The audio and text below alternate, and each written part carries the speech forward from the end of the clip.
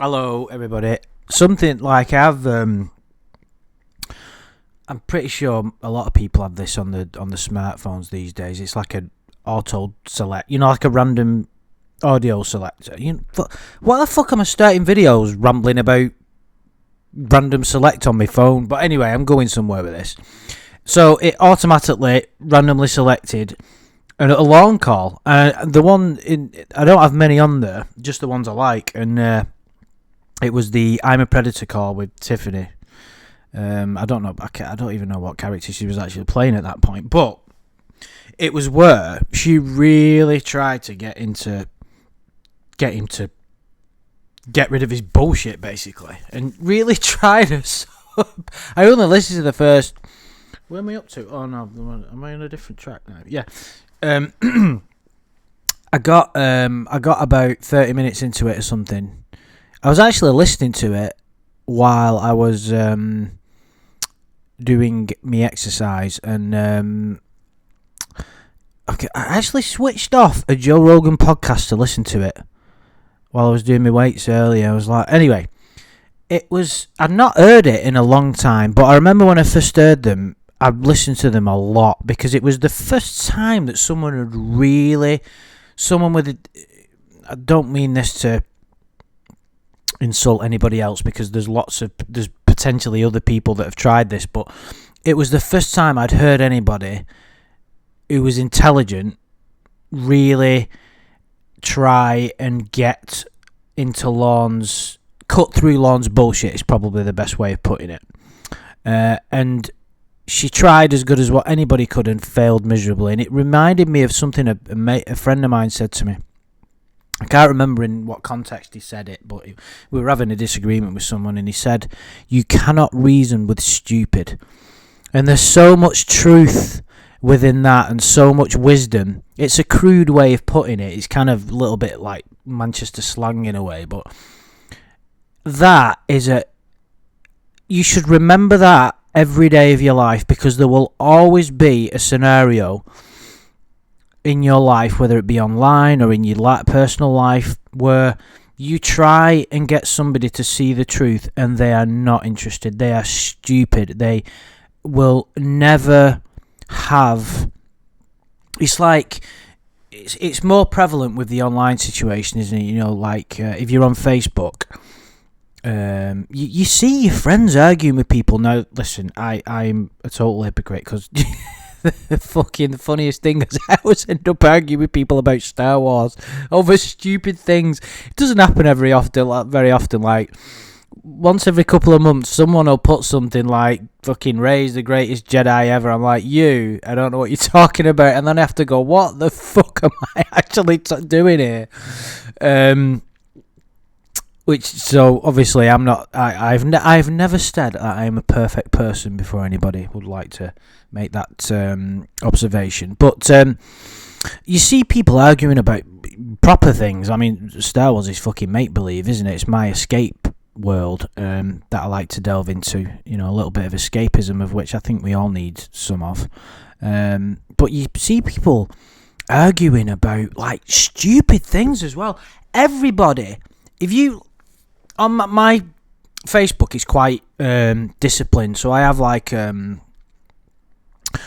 follow a lot of like Zen pages and music artists that I like. So all of the people that because I'm into a lot of different music, like I like a lot of electronic music as well, and all of the artists that I like, I follow on Facebook, so that if they announce a live show, I can get tickets and find out about new releases. It's what you do. And like the other day, there was a post on a Noel Gallagher fan page, and it was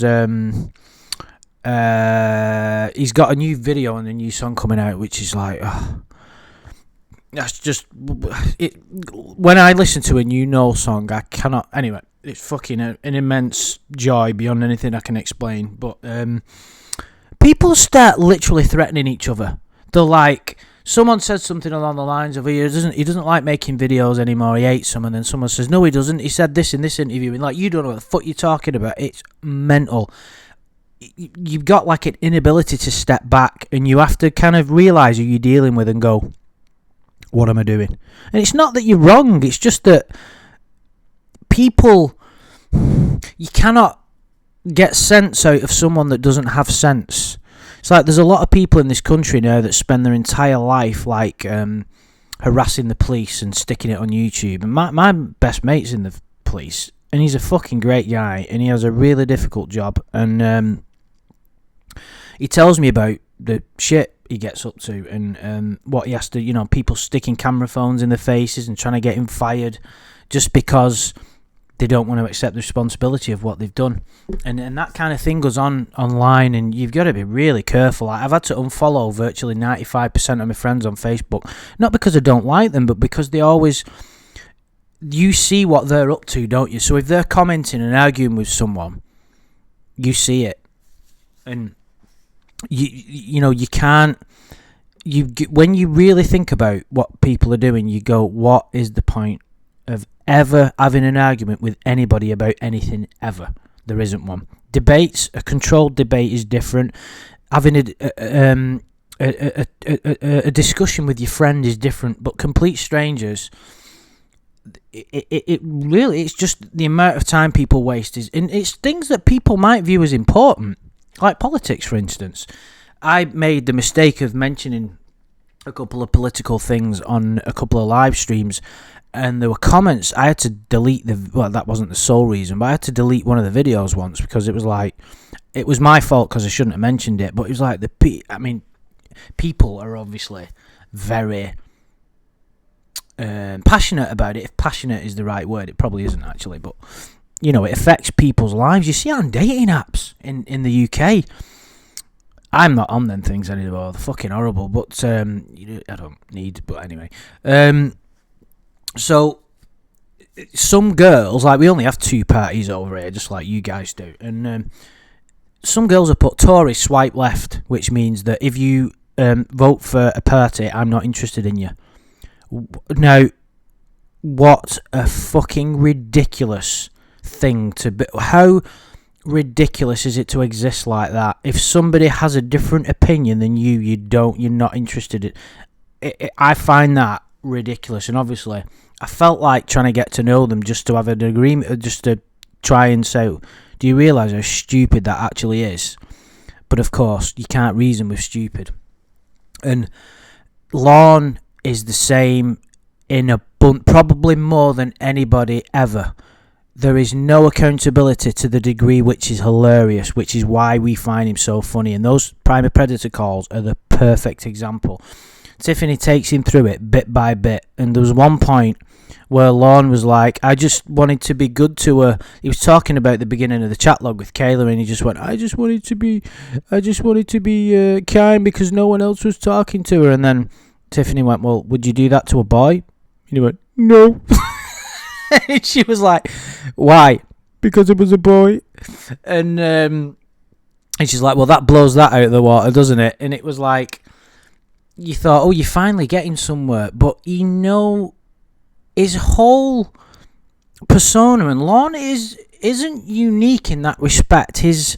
The kind of manifestations of it, and the how can I put it? The kind of,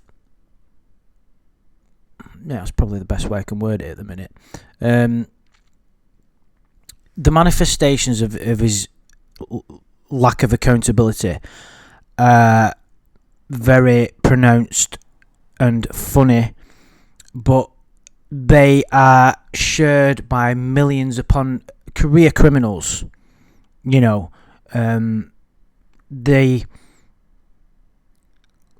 It's all about lacking discipline and being a coward, really, and being lazy. It's all intertwines, really. It all comes down to one thing. It's about having that sort of inner balance within you of doing the right thing and not doing. We all have that ability to be better, and we all know if you quiet your mind, you'll know what's the right thing to do and what's wrong. Like, I have a perfect example of a friend of mine who's fallen.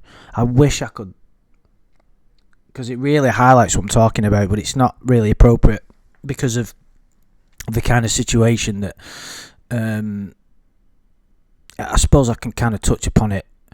I think I've mentioned it before, but it's kind of prevalent in my life because I spend quite a bit of time thinking about it, because it's something that's totally unexpected.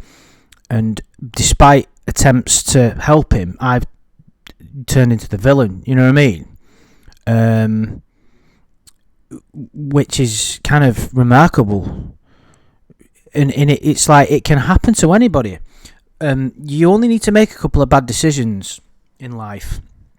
And I find it very, very interesting. This is what about Lorne and people like him. It's like, why do you do this? Why are you doing things which in the long run, and not even even the immediate future, is detrimental to you? Think about everything that Lorne's done, and that, running away from Betty and all that. That's it all has contributed to his life being a complete fucking waste of time.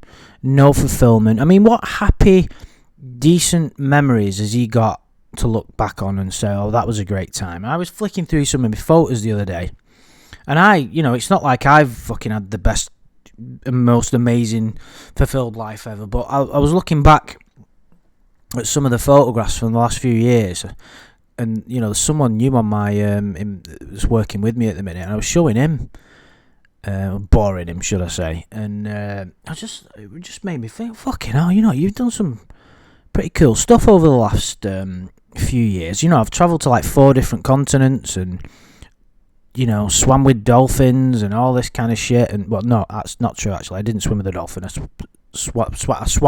I went on a boat with dolphins around the boat, but swam with turtles. But that's just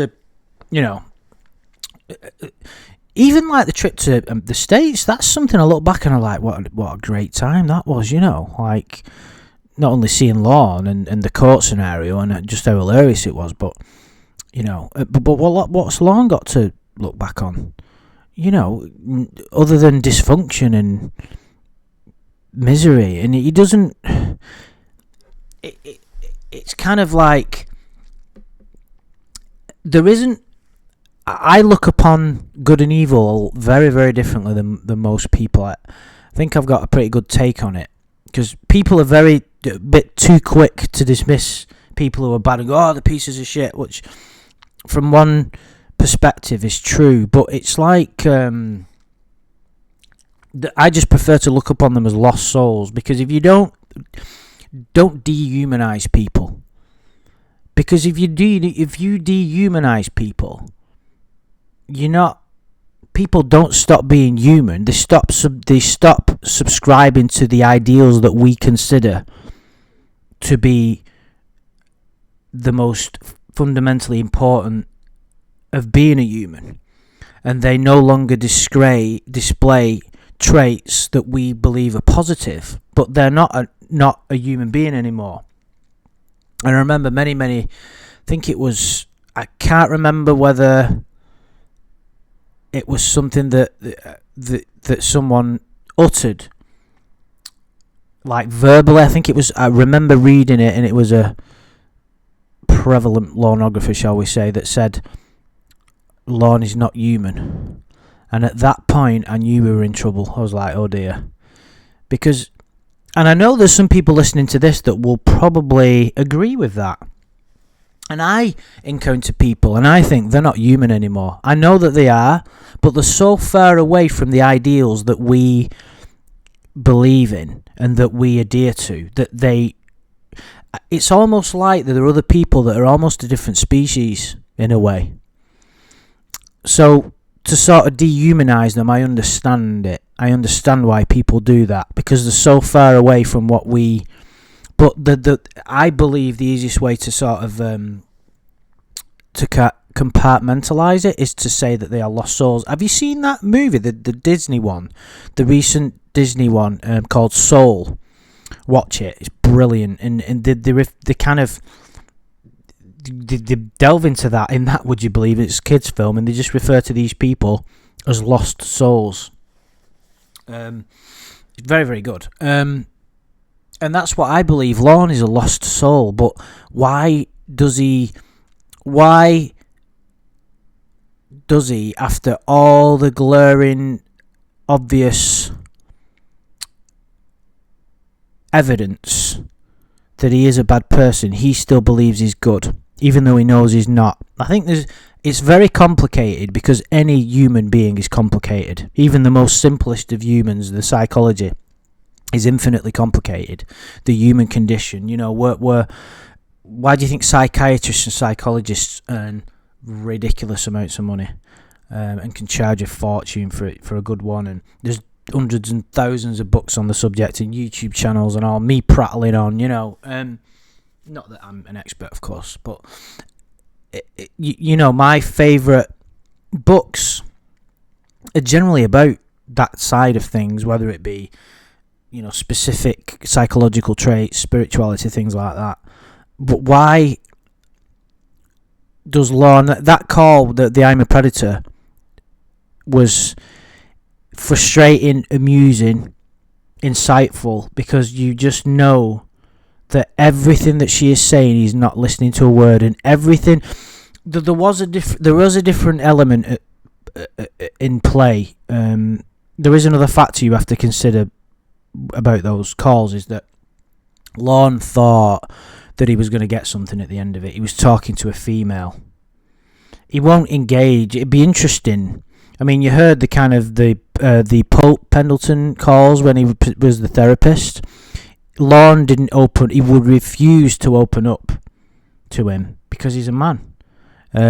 He is motivated when he's subjected to their female powers, basically. And in Lorne's world, that is the truth. That's why he wrote that in that lawsuit. As fucking hilarious as it is, the female powers is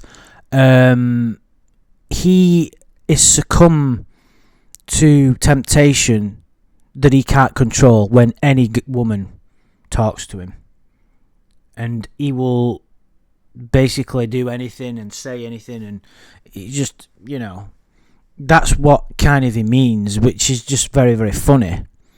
But when you listen to it, you feel like she's getting somewhere, like she's finally breaking through the bullshit and getting him, but it's just words with him, and he's not listening to what he's not really listening. But you would think, why wouldn't he? Surely he would understand that it's beneficial for him. And there's a very simple reason, without overcomplicating it, is that he doesn't want to. He's not interested in the truth, because the truth means hard work. Real hard work. The hardest thing that any person can do is real introspection, which is my friend who's fallen. He's not interested. He's never done it. And we've completely drifted apart now. I don't know whether we'll ever be friends again. As you've probably guessed, I'm far from a perfect person. I've got so much work to do, it's unbelievable. But I have been, let's say, forced into it. I suppose, yeah, I kind of have, really. I haven't really had a choice. But I've had to really delve deep into childhood pain and go through it, every inch of it. And sometimes what I'll do is, like, when it doesn't happen as much anymore, which suggests that I might be getting on top of it, but whenever I'm having a bad day, what I used to do, rather than run away from it and go to the pub and drink, I would meditate on those really bad feelings and the demons that are inside me, and I would delve into it. And it's the most horrible, painful thing you could ever do, and it feels like hell.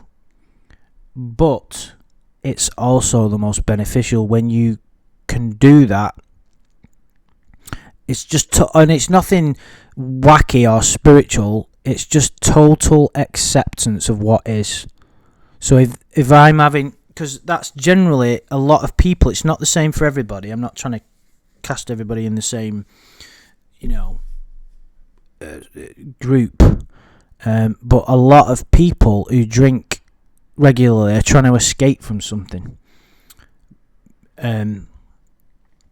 one of the reasons why Lorne does it, he's kind of admitted to that, because he's got a lot. This is his problem. It's kind of like he's gone too far now. In order for him, just imagine if he did, like, faced up to the truth of what he is. I mean, look at what you can see on his screens now with his head in his hands. It's like there's nobody else in the room at that time, and he's crying. Now, whether he's doing it because he knows that they can hear him on the monitor, hang on, let's turn the audio off. Can you hear him crying? Hang on a minute. Oh, I've not got the bloody... I don't know that you can hear that. Oh, we'll go back to the beginning here. Anyway. So Lorne would have to really go into hell. His version of hell, which is face up to exactly what he's done. What Lorne doesn't realise, if he had a true spiritual guidance, which is available to anybody, it's just you make a decision and the right teacher will come along. If he made a pledge to himself that he's sick of the bullshit and he wanted the truth, the universe would help him. And what I mean by that is it wouldn't wash away all his sins. It would provide him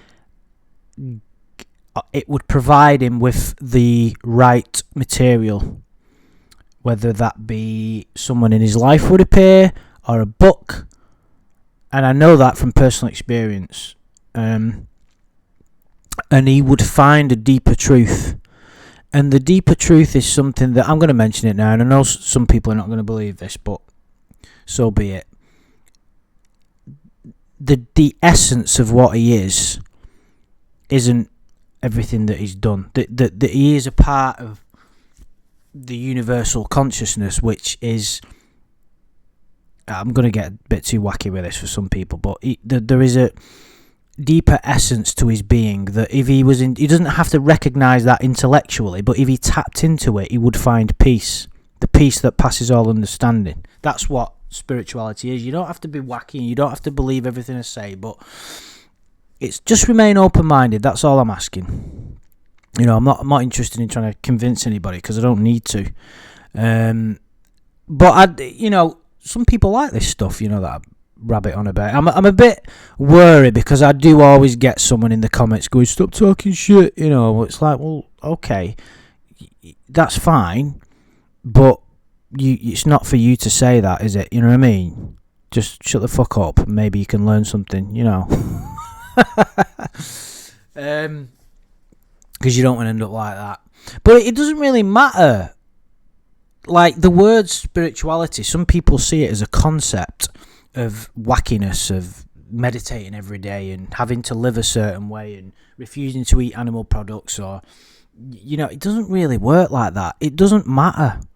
Some of the most kind of grounded and better people that I know have never read a spiritual book. It's about how you live. It's just a different path that you can walk down. But I would advise anybody to delve into a couple of books. There's some brilliant, amazing books out there that can, really powerful stuff. And yeah, anyway, that's my 2 penneth. I'll shut up now. But Lorne, despite all that, Lorne still fascinates me because I'm still learning from him. I still learn. And listening to that I'm a Predator call, he says things that he thinks that Tiffany wants to hear. He'll cry at certain points. Like, she'll say, you wanted to sleep with a girl, and then he'll go, because she was a virgin. And she'll say, like, why?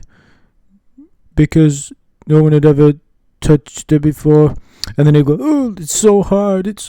And it's like, well, he's only saying that because he thinks saying that absolves him of some kind of responsibility. As if to say, look at me, I'm saying it's hard because I'm a good guy, because I know it's wrong. He doesn't give a shit. He never gave a shit, and he still doesn't give a shit.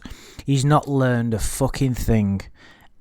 And the court appearance and the pathetic, amusing shit that he came out with is proof of that. The truth is not part of his reality. He doesn't want it to be. He's just walked down this path and never. I really.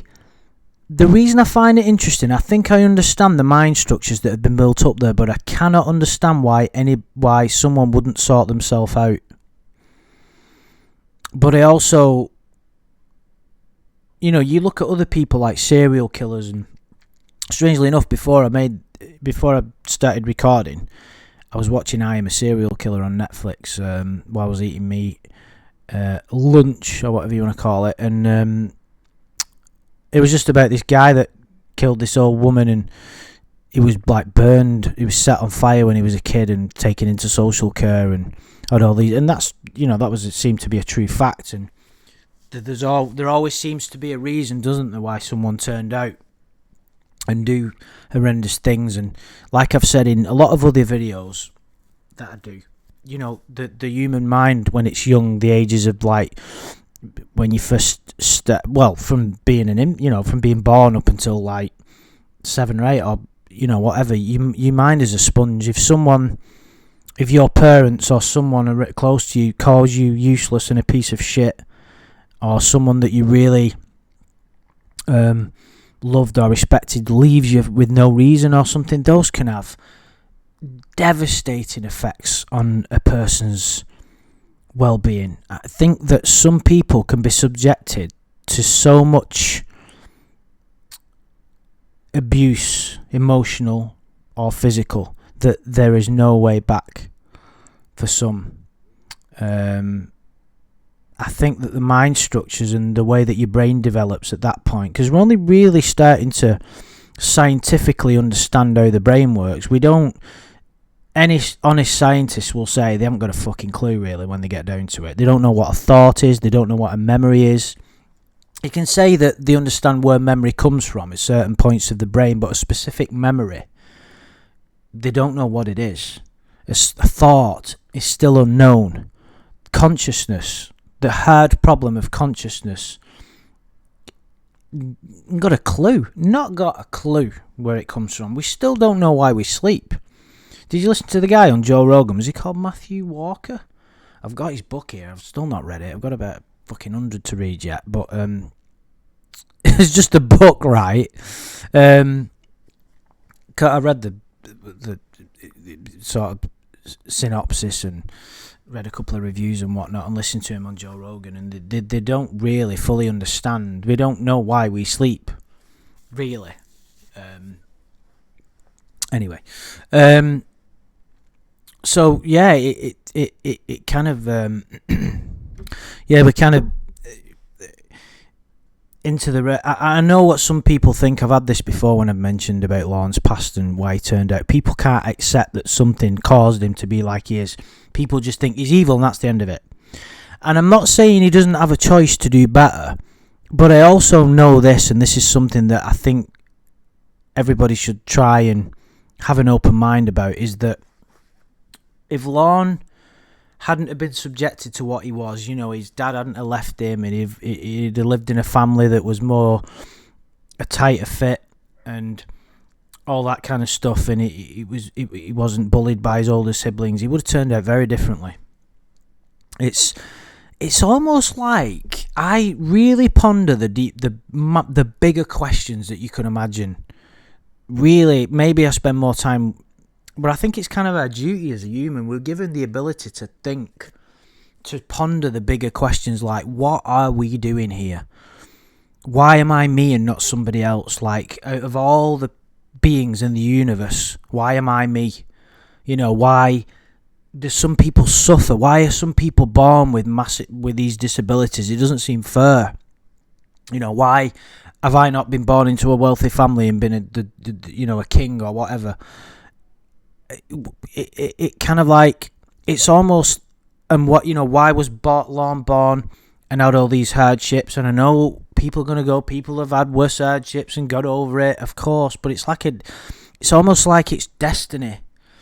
When I had this psychedelic experience, which was acquired legally, of course, through deep meditation, because your brain can produce anything that psychedelics can.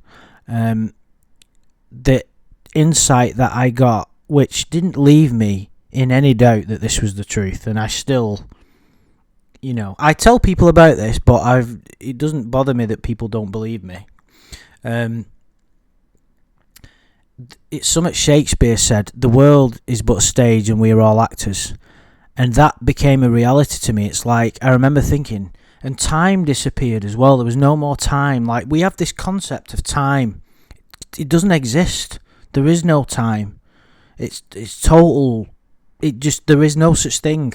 It's something that I can't really put it into words really, but those insights came to me like it's all a play and we all have our part in this play, and it's all a kind of illusion in a way. It's all, I can't really put it any. I could do a video just on that, but of course it's not what people, these videos, my channel is mainly about,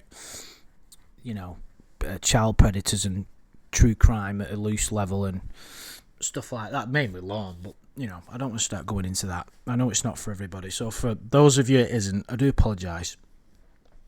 Like I said, it's not, it's just a path. It's just a different path in life that I adopt, that's all. But I do think that there's like a certain destiny that everybody has. It's something I can't really get my head around. I know that you can have the ability to change your own path, like Lorne seems to do, but I also feel like it's his destiny. And it's one of the, when I was there in the courtroom, I got this insight that like he's kind of, it wasn't real. Like, how can I put it now? Like, his existence, his destiny was to be as it is, to create all this interest, to create amusement for us. I know that sounds weird, like it's cruel, but what I mean is everybody has their place in the world, don't they? And I almost felt like he's fulfilling his destiny by doing that, if that makes any sense. I know I'm going pretty wacky with this, maybe deeper than I've ever done, but that is the feeling that I got.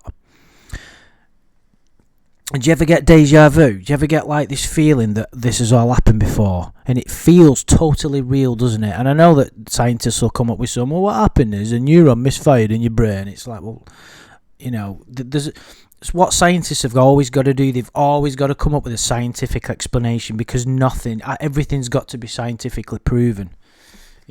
Anyway, so don't reason with stupid is what I'm getting at. After all that. Oh, brilliant. But yeah, I'm probably going to listen to the rest of that call, the rest of those calls, the I'm a Predator ones, because I do remember at the end of it, he just goes back to, I never wanted to go there. And it's like, that is the total avoidance of responsibility. I never wanted to go. So in other words, I never had the will to go, which absolves him of any responsibility, because if he didn't want to go, he never meant to do anything. And he never meant to do anything, then you can't say he was a bad person. And if you can't say he was a bad person, it means he's a good person, and he doesn't have to face up to any responsibility, and he doesn't have to do the hard work and face pain. Just afraid of pain. It's fear. It's all it is. Everything can come back to fear. But what set Lorne on this crazy path? Is he genetically wired that way? Do you think he's born evil? Is it a combination? Did someone say the wrong thing to him? Did his father leave him, fuck him up? Is it, ingrained in his DNA? Is he subjected to a voodoo curse? Is he there for our amusement? I find it very interesting. I really do. But like you would just think of everything that guy's been through. The catfishing, the lawsuit, going in prison twice, humiliation on national TV, all the shit about him on the internet, the chat log, the phone calls, and he's still won't accept it. It fucking is the stuff of make-believe, almost. It's funny though, isn't it? Yeah, so I think I'll leave it at that, actually. I hope you've enjoyed my ranting. Yeah, so leave any comments. I'll speak to you soon.